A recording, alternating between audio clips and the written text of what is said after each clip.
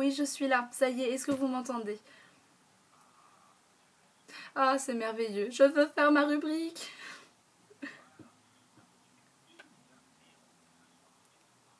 Mais oui, super. Ah, c'est génial. Je suis super contente d'avoir retrouvé mes petits héros d'auditeurs. Alors, on continue. On parlait ce soir du héros amoureux.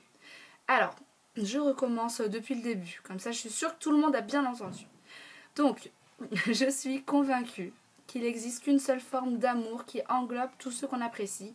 On aime d'une seule sorte d'amour, mais on aime des personnes différentes, c'est-à-dire avec qui on entretient des rapports différents. Pour moi, l'amour et l'amitié, c'est un même sentiment, mais qui est pris à des degrés différents en quelque sorte. Donc en fait, ce qui se passe, c'est que d'abord on se rapproche amicalement d'une personne grâce aux valeurs qu'on a en commun. Plus nos visions du monde et nos idéaux sont semblables, plus on va se lier mentalement. Il y a un respect qui va se développer, qui va nous pousser à être authentique, à être entier, à être loyal avec l'autre. Donc on va créer une unité avec des buts communs. Puis le rapprochement mental, il va souvent suivre son cours dans le rapprochement physique. Il va pousser à la familiarité, à la camaraderie, voire à la tendresse, quoi. On a la volonté, c'est là qu'il y a la volonté ou pas d'aller de plus en plus loin, jusqu'à aboutir au rapprochement physique le plus fort, qui est l'union sexuelle, qui est en fait l'expression du désir de fusion entre les mentales et les corps. Donc en même temps, à côté de ça, on évolue. Il y a une construction de soi par rapport à l'autre au fil du temps. On va renforcer cette unité, on construit des choses ensemble, on va dans la même direction, puis on consolide cette union. En fait, pour parler de façon concrète, tomber amoureux, c'est quelque chose qui devrait arriver naturellement, avec le temps et l'approfondissement d'une relation d'amitié. La relation d'amour, c'est pas quelque chose qu'il faut chercher, c'est plutôt quelque chose qu'il faut construire avec quelqu'un. Si on s'engage vis-à-vis de quelqu'un sans avoir auparavant construit une connexion solide et sincère, le couple il risque de ne pas savoir à quoi se raccrocher lorsqu'il y aura des moments un peu difficiles. Souvent, on ne se laisse pas assez de temps pour construire une relation. On a des idéaux à l'intérieur de nous, on a des attentes de ce que doit être la personne parfaite pour nous, on a aussi nos insécurités affectives, des carences émotionnelles à combler. Et quand on va rencontrer quelqu'un, ça arrive qu'on projette tout ça sur cette personne. On se met en couple avec elle en espérant que ça solutionne un petit peu tout d'un coup. Et si ce qu'elle est, ça correspond finalement pas à ce qu'on avait imaginé, on va ressentir de la déception et le couple il est bousculé. Et c'est généralement le cas, puisqu'on attend de l'autre qu'il soit ce qu'il n'est pas, c'est-à-dire qu'il soit nous, notre partie manquante. On oublie de prendre le temps d'aimer l'autre pour ce qu'il est. C'est pour ça que c'est important d'aborder les personnes qu'on rencontre sans avoir d'arrière-pensée, sans attente particulière, d'être dans la gratuité quand on offre son amitié, de ne pas chercher à tout prix un retour affectif. En fait, en gros, de ne pas approcher quelqu'un par intérêt. Apprécier la simple présence d'une personne pour ce qu'elle est, ça va la valoriser énormément. Agir sans attente, c'est aussi être naturel soi-même, ne pas être bloqué vis-à-vis des autres. En fait, il faudrait pouvoir faire tomber les barrières que la société elle nous pousse à dresser entre les hommes et les femmes. Moi, je vois trop souvent des gens qui changent d'attitude dès l'instant où ils sont en présence d'un membre du sexe opposé. Tout à coup, ils deviennent incapables de se comporter de façon naturelle, ils sont intimidés, ils sont bloqués, ou alors ils sont dans la séduction. Ils pensent qu'ils ont un rôle à jouer. Le problème, il est dans le fait qu'ils voient la personne en face d'eux en priorité comme une conquête amoureuse possible, et pas comme un ami, un complice possible. Ils s'adressent à cette personne comme si elle faisait partie un peu d'une autre catégorie d'êtres vivants, super différents d'eux-mêmes. Tout à coup, ils ne savent pas comment l'aborder. Et alors que non, c'est faux, la personne en face d'eux, elle n'est pas plus compliquée qu'eux-mêmes. Les hommes et les femmes, ils sont tous pareils. On est tous capables des mêmes sentiments, des mêmes pensées, des mêmes centres d'intérêt. Le mental, il est unisexe. Ici, on parle beaucoup d'âme, l'âme, elle est unisexe. C'est la société qui nous fait croire que c'est pas le cas, qui nous divise. Probablement pour mieux nous manipuler, j'imagine, parce qu'on sait la puissance que peut receler l'amour. On sait à quel point les couples qui sont profondément dans l'amour, ils peuvent devenir invincibles, intouchables, inaltérables. On sait quelles forces peuvent propager autour d'eux des êtres qui ont des idéaux communs et qui avancent main dans la main pour refaire le monde. Bref, il y a des richesses incroyables à découvrir chez chaque individu, mais vraiment indépendamment de son genre, de son âge, de sa culture, que sais-je encore.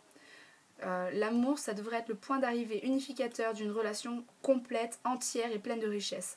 La relation amoureuse, ça devrait être une conséquence et pas un objectif. Quand la relation, elle se passe pas vraiment comme on l'espérait, on rentre dans une lutte avec l'autre.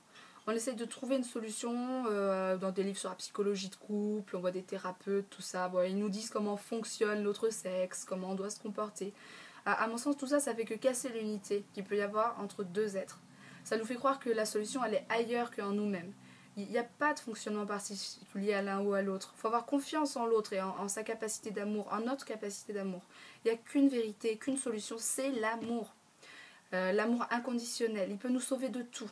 Aimer l'autre comme il est, et pas comme on voudrait qu'il soit, pas comme ça nous arrangerait qu'il soit, selon nos limites. C'est parce qu'on n'ose pas vraiment lâcher prise sur nos limites et aimer inconditionnellement que naissent la plupart des soucis. Pourtant, c'est en lâchant prise, et seulement en lâchant prise, qu'on va donner à l'autre le terreau fertile pour qu'il évolue, pour lui donner envie de donner le meilleur de lui-même. Comme on le disait la dernière fois, les remarques négatives, ça cristallise une personne dans ses problèmes, dans ses défauts. Et par contre, en contrepartie, ce qui est super, c'est que les remarques positives, elles donnent des ailes à l'autre pour l'encourager à puiser en lui, à faire ressortir tout ce qu'il a de meilleur pour se recréer encore plus grand. Il y a trop de couples qui abandonnent sans se rendre compte qu'ils sont les seuls créateurs de leur propre perte.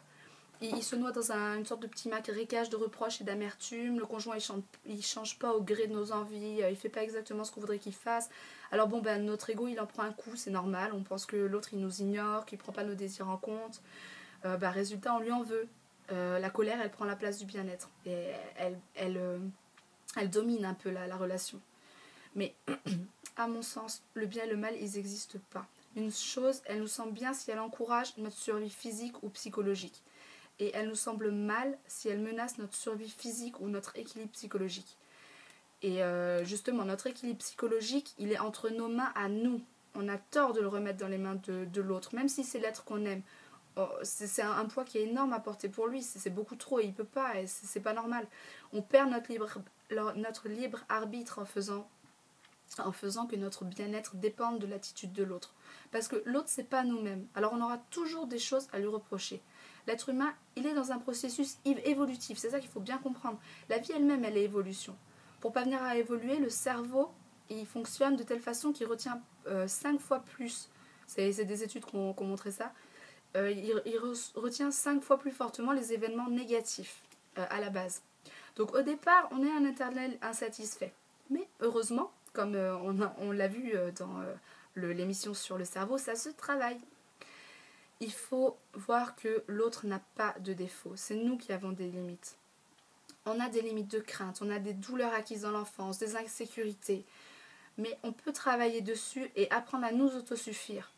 L'autre, il nous donne cette chance de nous les révéler. Il nous aide à mettre le doigt dessus afin de travailler sur soi pour nous autosuffire émotionnellement et pouvoir intérioriser la sérénité, la paix en soi, afin qu'ensuite on puisse la faire jaillir et rayonner hors de soi. Il faut voir ce qu'on perçoit chez l'autre comme des défauts, comme des chances d'enrichissement personnel. L'autre n'a pas de défaut. Il est parfait comme il est, avec ses acquis, avec ses limites, avec ses douleurs, ses joies, ses forces, sa sensibilité personnelle. Il faut l'accepter comme il est et surtout, il faut le lui dire. Et c'est là-dessus que je terminerai aujourd'hui. Je suis contente qu'on m'ait... J'espère qu'on m'a entendu. Ah, quel soulagement.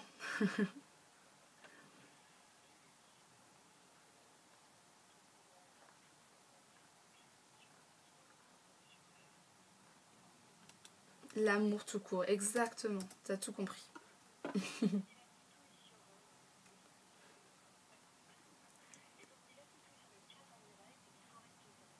Oui, ouais. Là, je suis à 100% d'accord. Mais avec la titouille, on est toujours d'accord.